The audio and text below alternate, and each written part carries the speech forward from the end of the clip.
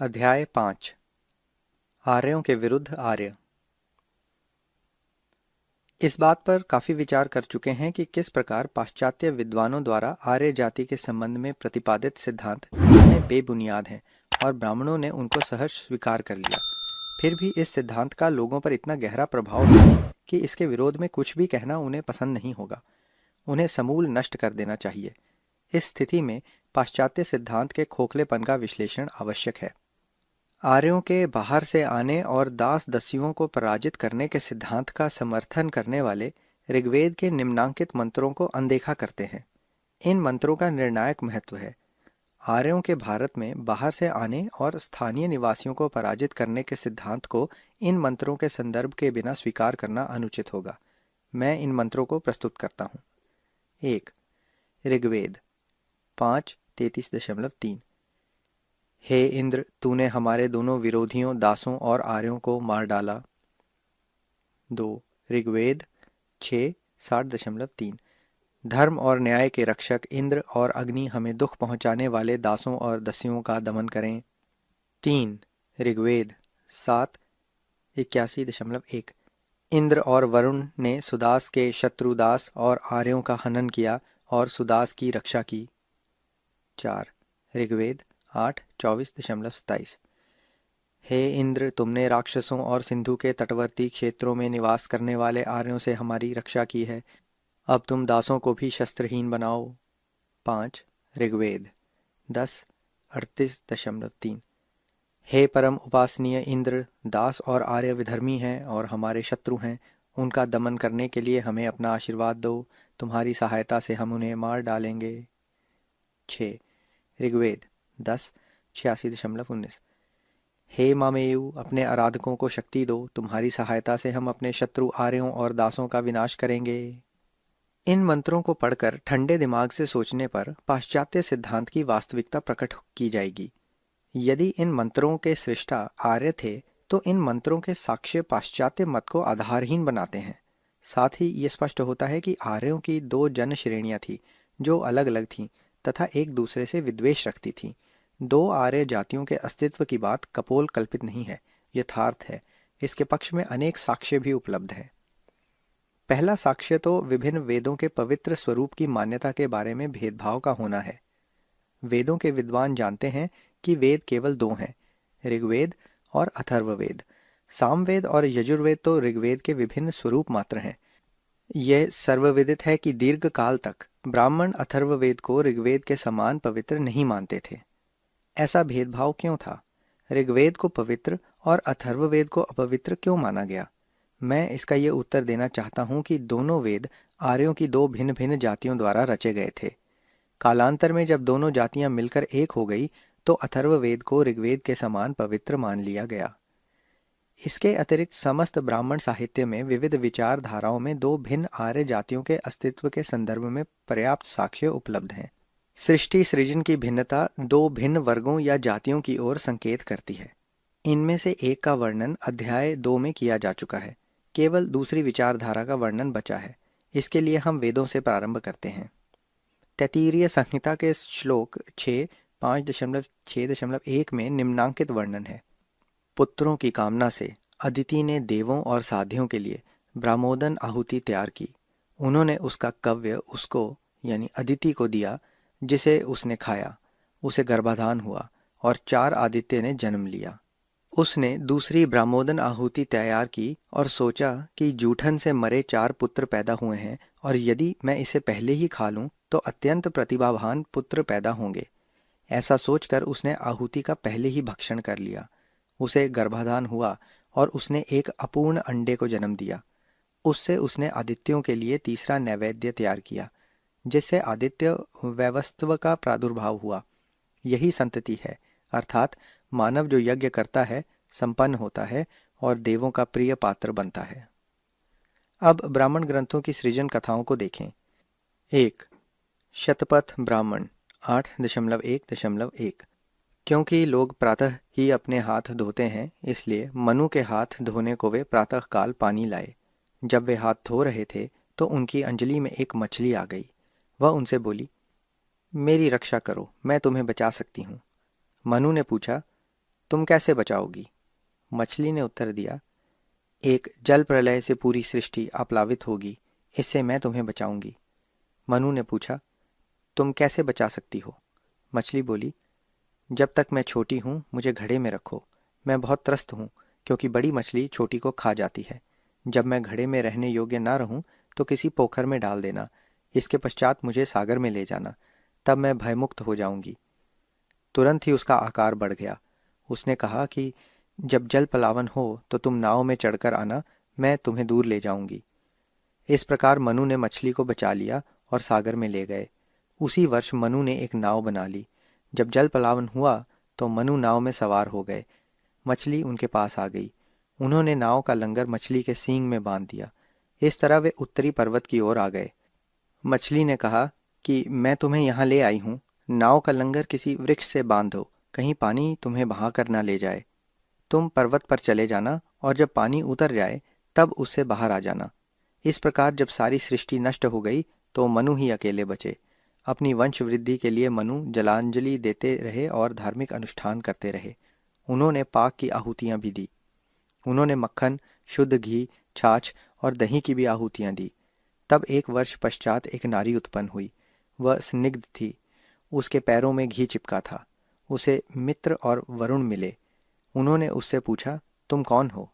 उसने उत्तर दिया, मनु की पुत्री। तू हमारी है, उन्होंने कहा। उसने कहा, नहीं, मैं उसी की हूँ जिसने मुझे उत्पन्न किया है। उन्होंने भी उसे अपनाना चाहा। उसे वचन दिया या नहीं, किंतु वह वहाँ से चली गई। तब मनु के पास आई। मनु ने पूछा, तुम कौन हो? वह बोली, आपने मुझे घी, दूध और दही की आहुति देकर उत्पन्न किया है। मैं आशीर्वाद का प्रसाद हूँ। मुझे यज्ञ में होम कर दो। यदि तुम मुझे यज्ञ में होम करोगे तो तुम संतति और पशुओं से संपन्न होगे। मेरे माध्यम से तुम जो भी वरदान चाहोगे तुम्हें मिलेगा। तदनुसार उन्होंने उसे होम कर दिया। इसके पश्चात वह हवन कुंड से अंतिम रूप में प्रकट हुए। उसके साथ उन्होंने पूजा और धार्मिक अनुष्ठान किए। उन्होंने उसके साथ जो भी वरदान मांगे वे उन्हें प्राप्त हुए। वह ईड़ा बनी। इसके उपरांत मनु और ईड़ा को संतति प्राप्त हुई। उसके साथ उन्होंने जो वरदान मांगे वे मिले। 2. शतपथ ब्राह्मण 6.1.2.11। प्रजापति ने धरा पर जीवों की उत्पत्ति की। उसके लिए 3 औषधियाँ पकाई गई। वह उसने खाई। वह गर्भवान हुआ। उसने ऊर्ध्व वायु से देवताओं और अधो वायु से प्राणियों को उत्पन्न किया। प्रजापति ने जैसे चाहा रचना की। प्रजापति ने विश्व रचना की। 3. शतपथ ब्राह्मण 7.5.2.6। प्रारंभ में प्रजापति अकेले थे। उन्होंने खाद्यान्न सृष्टि का विचार किया और उसे साकार किया। अपनी श्वास से पशु, आत्मा से मानव, आँखों से अश्व, सांस से बैल, कान से भेड़ और स्वर से बकरी को पैदा किया। क्योंकि उन्होंने पशुओं की सृष्टि अपने श्वास से की, इसलिए इस मानव ने श्वास को पशु कहा। अतः मानव पशु से श्रेष्ठ और पराक्रमी है। आत्मा ही विश्वास है, क्योंकि सभी श्वास आत्मा पर आधारित है। चूंकि उसने मनुष्य को अपनी आत्मा से रचा, इसलिए वह कहता है कि मानव भी पशु है, इसलिए सभी मनुष्य हैं। 4. शतपथ ब्राह्मण 10.1.3.1। प्रजापति ने जीव रचना की। अपने शरीर के ऊर्ध्व वायु से देवगण और अधो वायु से प्राणियों की रचना की। तदुपरांत संहारक मृत्यु को जन्म दिया। 5. शतपथ ब्राह्मण 10.4.2.1। आरंभ में यह ब्रह्मांड पुरुष रूप में मात्र आत्मा थी। उसने ध्यान से देखा तो वह अकेला था। उसने कहा, अहम यानी मैं। इससे उसका नाम अहम यानी मैं हो गया। इसलिए जब कोई व्यक्ति स्वयं को प्रथम पुरुष में कहता है तो अहम कहता है और उपस्थित होने पर अन्य पुरुष का नाम पुकारता है। उसने असत को भस्म कर दिया, वह पुरुष कहलाता है। अकेले में वह भयाक्रांत था, क्योंकि वह जानता था कि मेरे सिवाय कुछ नहीं है। फिर उसके यह सोचने पर कि वह क्यों डरे, भय दूर हुआ। किसी दूसरे से ही कोई डरता है, पर उसे सुख नहीं मिलता। उसने सहभागी की कामना की, अपने लिए साथी की कामना की, और एतदर्थ उसने स्वयं को 2 भागों में विभाजित किया। परिणाम स्वरूप पति पत्नी का जन्म हुआ। दोनों के सहवास से मानव पैदा हुए।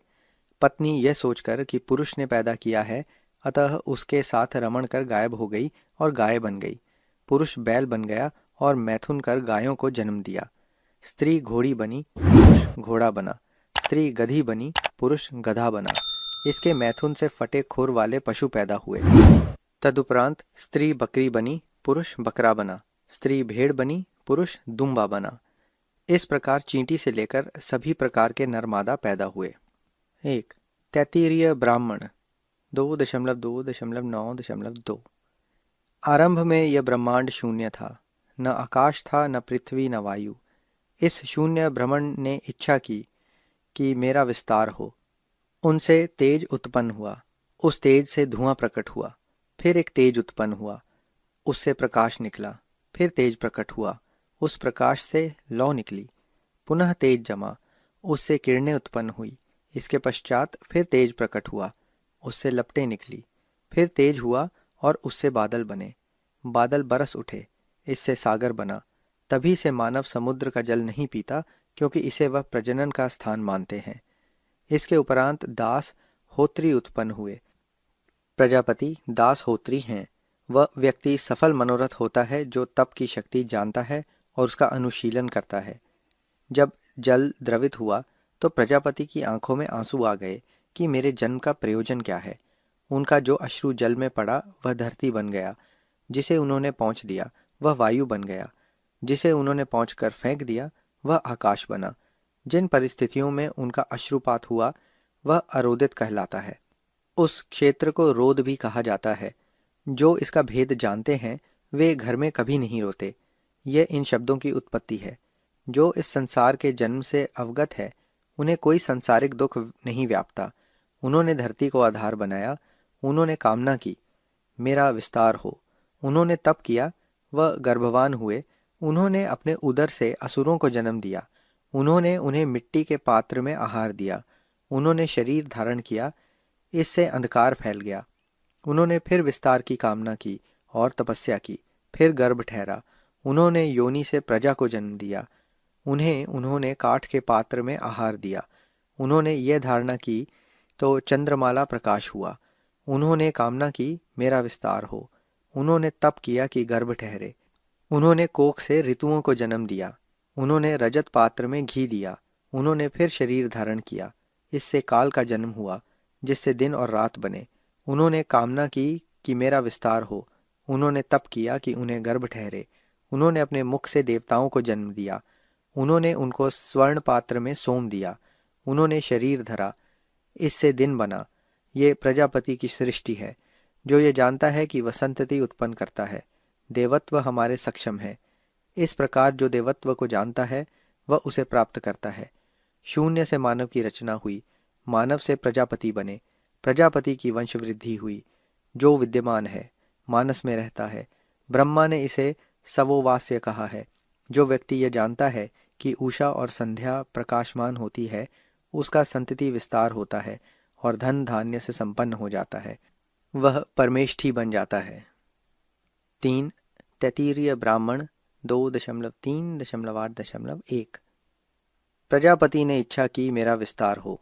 उन्होंने तपस्या की, वे गर्भवान हो गए। वे पीतांब ताम्रवर्णा हो गए, जैसे कि एक गर्भवती स्त्री पीली और ताम्रवर्णा हो जाती है। भ्रूण धारण करने पर वे क्लांत हो गए।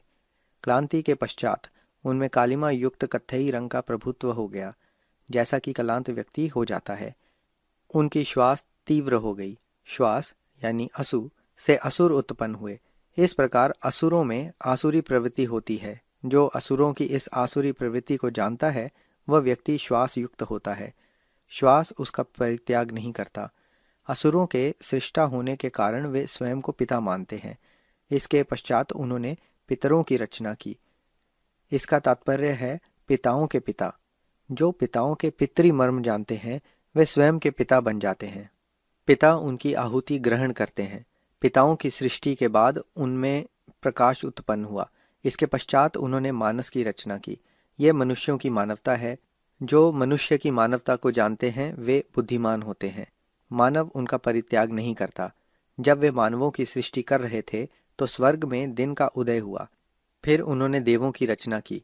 ये देवों का देवत्व है जो देवों का देवत्व जानते हैं उनके लिए स्वर्ग में दिवस का उदय हुआ। ये चार धाराएं हैं, जैसे देव, मानव, पितरी और असुर। इन सब में जल वायु के समान है। 4.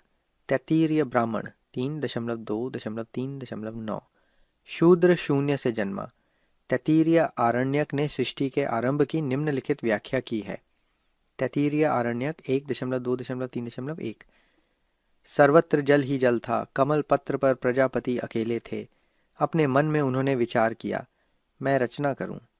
मनुष्य जैसे कोई इच्छा करता है वह वाणी से प्रकट करता है और कार्य रूप देता है। इस प्रकार यह मंत्र प्रस्फुटित हुआ। पहले इच्छा उत्पन्न होती है जो मानस का प्रथम तंतु है। ऋषि अपनी मेधा से उसका अनुसंधान करते हैं, मनन करते हैं, जैसा विद्यमान और अविद्यमान के बीच है। ऋग्वेद 10:129.4 जो ये जानते हैं कि मानव मानस में इच्छा उत्पन्न होती है, उन्होंने तपस्या की और तपश्चर्या से शरीर धारण किया। उनके शरीर के मांस से अरुण, केतु और वातरसन ऋषियों का जन्म हुआ। नाखूनों से वैखानस और बालों से बालखिल्य पैदा हुए। रक्त ने जल के मध्य विचरण करते हुए कच्छप का स्वरूप ग्रहण किया। प्रजापति ने कच्छप से कहा, तुम मेरे मांस चर्म से जन्मे हो। कच्छप ने कहा, नहीं, मैं तो पहले भी था। तब सहस्त्र मुख, नेत्र और सहस्त्र पैरों वाले पुरुष का जन्म हुआ। ऋग्वेद 10.90.1 प्रजापति ने कहा, आप मुझसे पहले पैदा हुए हैं, अतः आप सृष्टि की रचना करें। पुरुष ने जलांजलि में जल लेकर पूर्व की ओर फेंका और कहा, तुम सूर्य बन जाओ। जिस दिशा से सूर्य पैदा हुआ वह पूर्व दिशा कहलाई। अरुण केतु के दक्षिण में जल फेंक कर हे अग्नि कहा तो अग्नि उत्पन्न हुई। पश्चिम में जल फेंक कर हे वायु कहा तो वायु का जन्म हुआ। उत्तर की ओर जलांजलि देने पर कहा, हे इंद्र, तो इंद्र उत्पन्न हुए। तत्पश्चात अरुण केतु ने जल को मध्य में रखकर पूषण को जन्म दिया। जल को ऊपर रखकर उसने देव, मानव, पितृ, गंधर्व और अप्सराओं की रचना की। ऊपर से गिरी जल की बूंदों से असुर, राक्षस और पिशाच पैदा हुए। चूंकि वे बूंदों से उत्पन्न हुए इसलिए वे लुप्त हो गए। अतः उन्होंने ये कहा, जब महाजल गर्भवान हो गया, मेधा संपन्न हुआ और स्वयंभू को उत्पन्न किया, उससे सृष्टि की रचना हुई। यह सब जल से उत्पन्न हुआ, इसलिए यह सब ब्रह्म स्वयंभू है। इस प्रकार यह सब शिथिल था, अस्थिर था। वह प्रजापति था, उसने स्वयं से स्वयं की रचना की और आत्मसात हो गया। तब इस मंत्र का उच्चारण किया, विश्व रचना करके, विद्यमान की रचना करके, दिग दिगंत की सृष्टि कर सर्वप्रथम प्रजापति उत्पन्न हुए और स्वयं आत्मसात हो गए। महाभारत में भी विश्व रचना का वर्णन है। महाभारत के वन पर्व का मूल मनु को बताया गया है। वैवस्वत मनु के पुत्र मनु प्रजापति के समान तेजस्वी ऋषि थे। उन्होंने जल के मध्य एक पांव पर खड़े होकर, ऊपर हाथ उठाकर, निर्निमेष होकर निरंतर 10,000 वर्ष तक विस्तीर्ण बद्री में अपने पूर्वजों से भी कठोर तप किया। वसन तार तार और केश प्रभाहीन हो गए। चिरनी नदी के तट पर एक मछली उनके निकट आई और बोली, हे प्रभु, मैं निरीह भयाक्रांत मीन हूँ। बड़ी मछलियों से मेरी रक्षा करो, क्योंकि बड़े मच्छ छोटी मछलियों को निगल जाते हैं। मेरी त्राण करें, मैं आपको इसका प्रतिफल दूंगी। दयार्द्र मनु ने मछली को जल से निकालकर एक पात्र रख लिया। आकार बढ़ने पर उसे पोखर में रखा। हालांकि पोखर 2 योजन लंबा और 1 योजन चौड़ा था, वह कमल नयन मीन को छोटा पड़ा और वे उसे गंगा में ले गए। फिर मछली ने कहा, यह स्थान कम है। मनु उसे सागर के जल में छोड़ने गए। समुद्र के जल का स्पर्श होते ही मत्स्य ने मानव की भाषा में मनु से कहा, आपने मेरी हर तरह से रक्षा की, अतः मैं आपको बताना चाहती हूँ कि समस्त सृष्टि पर संकट छा रहा है। निकट भविष्य में सभी चराचर जीव पदार्थों का अस्त होने वाला है। अब विश्व की शुद्धि का समय आ गया है। मैं तुम्हें बताती हूँ क्या शुभ होगा। आप शीघ्र एक मजबूत नाव बनाकर सप्तऋषियों के साथ सभी प्रकार के जीवों के बीज लेकर सागर तट पर आकर मेरी प्रतीक्षा करें। आप मुझको मेरे सींग से पहचान लेंगे। मैं आपका अभिवादन करूंगी। आइए और जल्दी कीजिए। इतना कहकर मत्स्य जल में विलीन हो गई। मनु लौटे और शीघ्र ही एक मजबूत जलपोत में सप्तर्षियों और समस्त पदार्थों के बीज के साथ सागर के किनारे जा पहुंचे। मत्स्य उनकी प्रतीक्षा कर रहा था। मनु ने शीघ्रता के साथ जलपोत की रस्सी मत्स्य के सींग के साथ बांध दी। मत्स्य तीव्र गति से गरजती उमड़ती समुद्र की लहरों पर नाव को खींचता चला। समुद्र के आलोड़न विलोड़न में मदमस्त नारी की तरह नाव बहती गई। धरती लुप्त हो गई थी। वायु और आकाश के अतिरिक्त सर्वत्र जल ही जल था और उस जल में सप्तर्षियों सहित मनु और मत्स्य थे। अनेक वर्षों के अथक प्रयास से मत्स्य उनको हिमवत पूर्व की उच्चतम चोटी तक ले गया और स्मित मुस्कान के साथ ऋषियों से नाव को पर्वत के नौबंधन शिखर से बांधने को कहा। नाव के रुकने पर मित्र मत्स्य ने ऋषियों को संबोधित करते हुए कहा, मैं ब्रह्मा प्रजापति ब्रह्म हूँ, तुम्हें जल से उबार लाया हूँ। अब मनु सभी जीवों, पदार्थों, देवजनों, असुरों, मानवों और चर अचर पदार्थों की रचना करेंगे। यह कहकर मत्स्य अंतर्ध्यान हो गया। मनु ने तपोबल से अंतर्दृष्टि प्राप्त की। उन्होंने घोर तप किया और सृष्टि का आरंभ कर दिया। महाभारत के आदि पर्व में सृजन कथा एकदम ही भिन्न है। वैशंपायन ने कहा, मैं स्वयं प्रजापति द्वारा देवताओं और अन्य जीव पदार्थों के सृजन और विनाश की कथा सुनाता हूँ। ब्रह्मा के मरीचि, अत्रि, अंगिरस, पुलस्त्य, पुलह और कृत 6 पुत्र हुए। मरीचि के पुत्र कश्यप से सभी जीव पैदा हुए। दक्ष प्रजापति की अदिति, दिति, दनु, कला, दन्यु, सिमुक, क्रोध, प्रथा, विश्वा, विंता, कपिला, मुनि और कुद्र 13 श्रेष्ठ कन्याएं थी।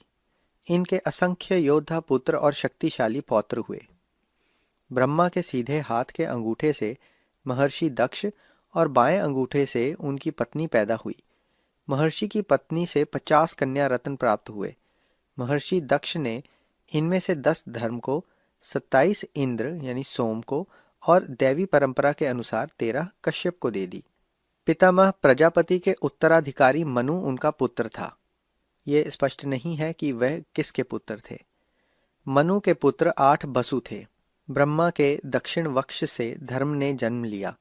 तेजस्वी धर्म के 3 पुत्र हुए, साम, काम और हर्ष यानी शांत, प्रेम, आनंद, जो सभी प्राणियों को प्रिय थे। वे अपनी शक्ति से विश्व को ऊर्जा देते हैं। भृगु पुत्र च्यवन की पत्नी मनु की पुत्री आरुषि थी। ब्रह्मा के 2 अन्य पुत्र धात्री और विधात्री मनु के साथी थे। कमलवासिनी परम सुंदरी लक्ष्मी उनकी बहन थी। उनके मस्तिष्क से जन्म लेने वाले पुत्र अश्व थे, जो आकाश में विचरते थे।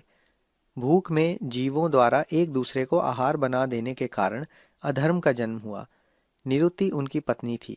निरुति के नाम पर ही राक्षस नैरुत कहलाए। निरुति उनकी पत्नी थी। निरुति ने 3 दुष्कर्मी पुत्रों भय, महाभय और मृत्यु को जन्म दिया। मृत्यु के पत्नी या पुत्र नहीं थे, क्योंकि वह स्वयं ही सबका अंत करने वाले थे। प्राचेतस के 10 ऋषि पुत्रों का जन्म हुआ, जिनके मुख से निकली अग्नि से सभी महान पुरुष जल गए।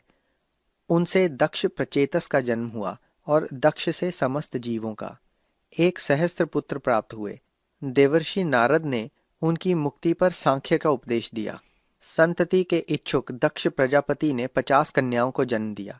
इनमें से 10 धर्म को, 13 कश्यप को और 27 इंद्र को मिली। मरीचि पुत्र कश्यप ने अपनी 13 पत्नियों में दक्षयानी से इंद्र, आदित्य और विवस्वत को उत्पन्न किया। विवस्वत के पुत्र यम, वैवस्वत हुए। मार्तंड के अत्यंत विद्वान मनु और यम पैदा हुए। मनु से मानव जाति का आरंभ हुआ।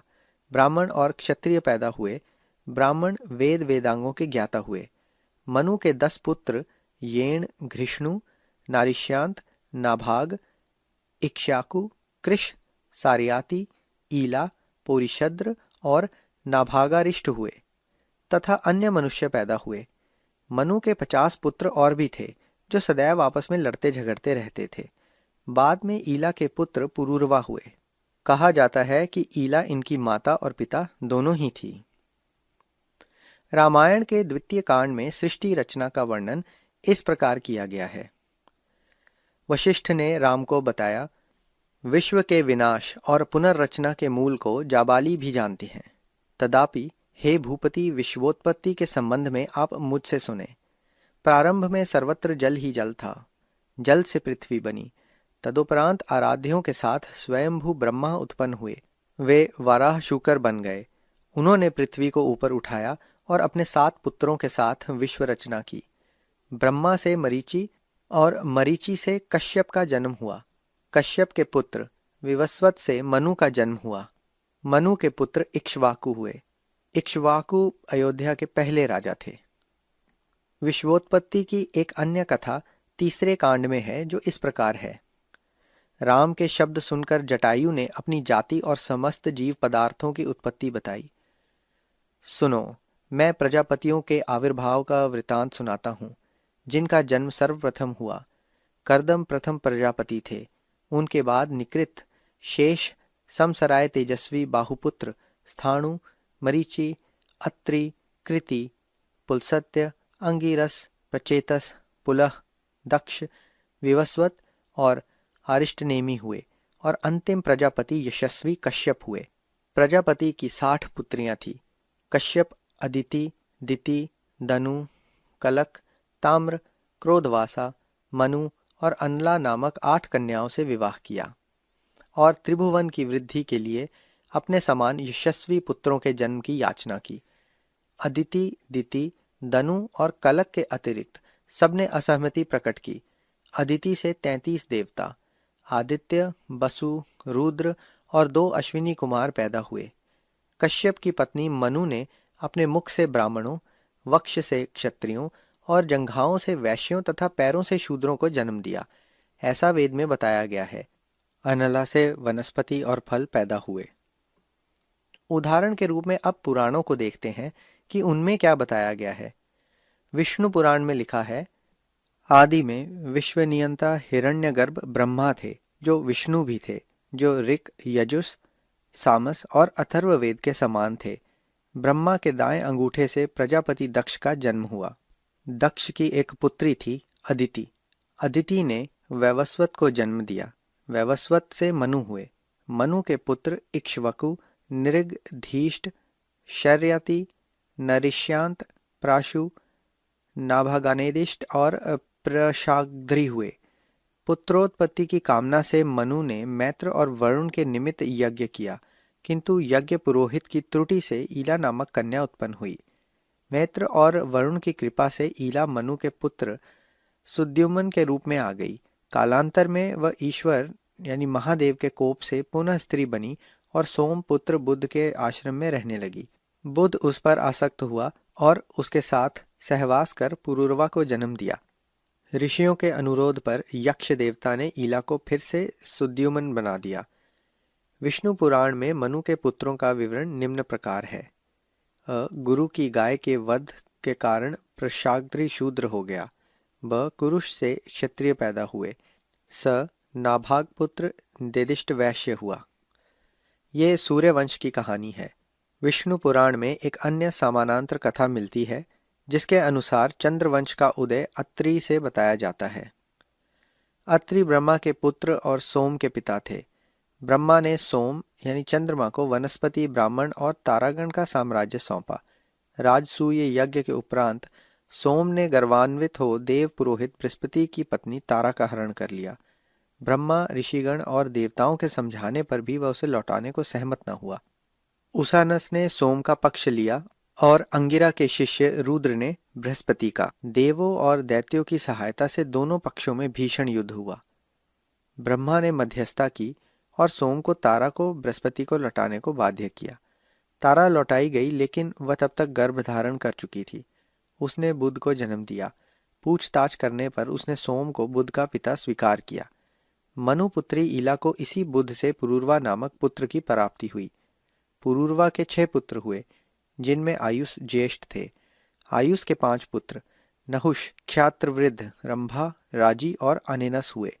क्षात्रवृद्ध के पुत्र समाहोत्री, समाहोत्री के कास, लेस और ग्रीत्समद 3 पुत्र हुए। ग्रीत्समद के पुत्र चातुर्वर्ण के शिल्पी शौनक हुए। कास के पुत्र काशीराज हुए। उनके पुत्र दीर्घतमा और दीर्घतमा के पुत्र धन्वंतरी हुए। विश्वोत्पत्ति की इन कथाओं की तुलना द्वितीय अध्याय में चर्चित वर्णन विवरण से करने पर निम्नांकित 2 मत स्पष्ट होते हैं। एक वृत्तांत सांसारिक है और दूसरा नैसर्गिक। ब एक कहता है कि मनु मनुष्य थे और उनसे सभी प्राणी पैदा हुए, और दूसरा देव ब्रह्मा या प्रजापति द्वारा सृष्टि रचना मानता है। स एक ऐतिहासिक सत्य है और दूसरा दैविक। द एक में प्रलय का वर्णन है किंतु दूसरा इस विषय में मौन है। ई एक का लक्ष्य चातुर्वर्ण्य का वर्णन है तो दूसरे का लक्ष्य समाज के आदि की व्याख्या है। ये आधारभूत विभिन्नताएं हैं, विशेषकर चातुर्वर्ण्य के संबंध में। सांसारिक मत चातुर्वर्ण्य को देवीय मानता है, जबकि नैसर्गिक मत इसके प्रतिकूल है। यह सत्य है कि रामायण और पुराणों में इन दो भिन्न विचारधाराओं को मिलाकर यह सिद्ध करने का प्रयास किया गया है कि मनु से ही चातुर्वर्णनीय व्यवस्था का जन्म हुआ। ये प्रयास समझबूझकर किया गया है और पूर्व प्रतिपादित मत पर आधारित है। इस प्रयास के उपरांत भी दोनों मत अलग अलग स्पष्ट हैं।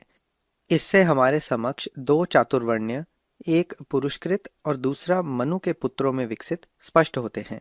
खेद का विषय है कि शोधकर्ताओं का ब्राह्मण साहित्य में वर्णित इन दो परस्पर विरोधी विचार मतों पर ध्यान नहीं गया। फिर भी इनके अस्तित्व और वास्तविकता के महत्व की अवहेलना नहीं की जा सकती। इन दो विरोधी विचार मतों की भिन्नता का अर्थ है दो भिन्न आर्य जन श्रेणियां एक चातुर्वर्ण्य को मानती थी और दूसरी इस व्यवस्था से विमुख थी। कालांतर में दोनों मिलकर एक हो गईं। तीसरा साक्ष्य सर हर्बर्ट रिस्ले द्वारा भारतवासियों का वर्ष 1901 में किया गया सर्वेक्षण है। इसके अनुसार भारतीय आर्य, द्रविड़, मंगोल और स्काइथियन नामक 4 जातियों के मिश्रण हैं। डॉक्टर गुहा ने इसका परीक्षण सन 1936 में किया। डॉक्टर गुहा के अनुसार भारतीय लंबे सिर वाली और छोटे सिर वाली 2 जातियों के मिश्रण है। लंबे सिर वाली जाति देश में मध्यवर्ती भाग तथा छोटे सिर वाली जाति सीमावर्ती क्षेत्रों में निवास करती थी। इस मत की पुष्टि भारत के विभिन्न भागों से प्राप्त मानव खोपड़ियां करती हैं। डॉक्टर गुहा कहते हैं, ईसा से 4 करोड़ वर्ष पहले भारत के उत्तर पश्चिम में लंबे सिर और लंबी नाक वाली जाति का अधिकार था। इसके साथ ही लंबोतरे चेहरे तथा चौड़ी नाक वाली एक अन्य बलिष्ठ मानव जाति के अस्तित्व का भी पता चलता है। हड़प्पा में मिली मानव खोपड़ियों से एक तीसरे चौड़े सिर की मानव जाति के अस्तित्व के साक्ष्य मिले हैं। संक्षेप में, भारतीय लंबोतरे सिर वाली जाति मेडिटेरेनियन और छोटे सिर वाली जाति अल्पाइन के वंशज हैं। मेडिटेरियन जाति के विषय में कहा जाता है कि ये यूरोप से भारत में आई और आर्य भाषा भाषी थी। इनके स्थानीयकरण से ये स्पष्ट हो जाता है कि यह निश्चय ही अल्पाइन जाति के पश्चात भारत में आई होगी। अल्पाइन जाति के संबंध में तथ्य एकत्रित करना शेष है। प्रथम तो ये कि अल्पाइन जाति का मूल निवास कहाँ था, और द्वितीय ये कि वह किस भाषा का प्रयोग करती थी। प्रोफेसर रिप्ले के अनुसार ये स्थान एशिया में हिमालय के आसपास ही कहीं था। जब हम लंबे सिर की जाति के अभ्युदय की खोज में बढ़ते हैं तो हमारी दृष्टि बरबस ही पूर्व की ओर मुड़ जाती है। परिस्थिति जन्य साक्ष्य हमें भारतीय मूल के स्रोत का इंगित इस दिशा में करता है, पश्चिम की ओर नहीं। इसका कारण यह है कि अटलांटिक के तटीय क्षेत्रों तक पहुंचते पहुंचते लंबे सिर की जाति के चिन्ह तक मिट जाते हैं, और अल्पाइन जाति सिर की बनावट, बालों के रंग और शारीरिक गठन के रूप में ये अटलांटिक क्षेत्रों में बहुलता से मिलती है। केवल अफ्रीकी नेग्रो जाति के रूप में लंबे सिर की जाति के दर्शन हमें होते हैं। इन तथ्यों के आधार पर अल्पाइन जाति का मूल स्थान पूर्व में और मेडिटेरेनियन जाति का मूल प्रदेश दक्षिण में सिद्ध होता है। प्रायः इस बात पर मतैक्य नहीं है कि यूरोप में आर्य भाषा का प्रचलन नॉर्डिक्स अथवा अल्पाइन जाति द्वारा किया गया, किंतु सभी विद्वान यह स्वीकार करते हैं कि अल्पाइन लोगों की भाषा आर्य थी, अतः अल्पाइन आर्य थे। उपरोक्त तथ्य ऋग्वेद के इस मत की पुष्टि करते हैं कि भारत में आर्यों की 2 जन श्रेणियां थी, न कि एक। वहां इस तथ्य से इनकार नहीं किया जा सकता कि ऋग्वेद के प्रमाण, साक्ष्य और पाश्चात्य मत में विरोधाभास है, क्योंकि सिद्धांत एक आर्य जाति की बात करता है जबकि ऋग्वेद में 2 भिन्न आर्य जातियों का वर्णन है। ऋग्वेद इस विषय में सर्वोत्तम साक्ष्य है, अस्तु इसके प्रतिकूल किसी भी मत को स्वीकार नहीं किया जा सकता। यह विरोधाभास अतिक्रमण और विजय के संबंध में भी मतभेद को जन्म देता है। हम नहीं जानते कि आर्यों की किस जाति का आगमन भारत में पहले हुआ, किंतु यदि हिमालय के निकटस्थ क्षेत्रों के निवास करने वाली अल्पाइन जाति पहले आई थी, तो आर्यों के बाहर से आने, अतिक्रमण करने का सिद्धांत ही मिथ्या सिद्ध हो जाता है। जहाँ तक भारत के मूल निवासियों को विजित करने का संबंध है, ये प्रश्न इतना सरल नहीं है जितना पाश्चात्य विद्वान समझ बैठे हैं। प्रायः यह संभावना व्यक्त की जाती है कि दास और दस्यु भारत के मूल निवासी थे और आर्यों से भिन्न जाति थे। आर्यों ने उन्हें पराजित किया, ये तो एक काल्पनिक उड़ान मात्र है। ये भी तो संभव है कि आर्यों ने आर्यों को ही विजित किया हो। अतः इस संदर्भ में कि किस आर्य जाति ने दास और दस्यु जाति पर विजय प्राप्त की, उसका अनुसंधान आवश्यक है। जैसा कि स्पष्ट है, यह निष्कर्ष पश्चिमी लेखकों के सिद्धांत तथ्यों के अपर्याप्त अन्वेषण से उतावली में निकाले गए निष्कर्ष पर आधारित हैं। प्राचीन आर्यों की अनुमानित मान्यताओं एवं उनके तथाकथित वंशज भारतीय जर्मन जातियों की मान्यताओं के आधारों में समानता एकरूपता के पूर्व स्थापित मत के आधार पर इसको सत्य मान लिया गया है। यह सिद्धांत केवल कुछ सुनी सुनाई बातों को अंतिम साक्ष्य मानकर निर्धारित किया गया है। वास्तव में गंभीर चिंतकों शोधकर्ताओं के लिए अप्रमाणित आधार पर प्रतिपादित यह पाश्चात्य सिद्धांत दीर्घकाल तक मान्य रहा है। यह असाधारण है। इस अध्याय में चर्चित नवीन प्रमाणों के समक्ष तो यह टिक ही नहीं सकता, अतः अमान्य है।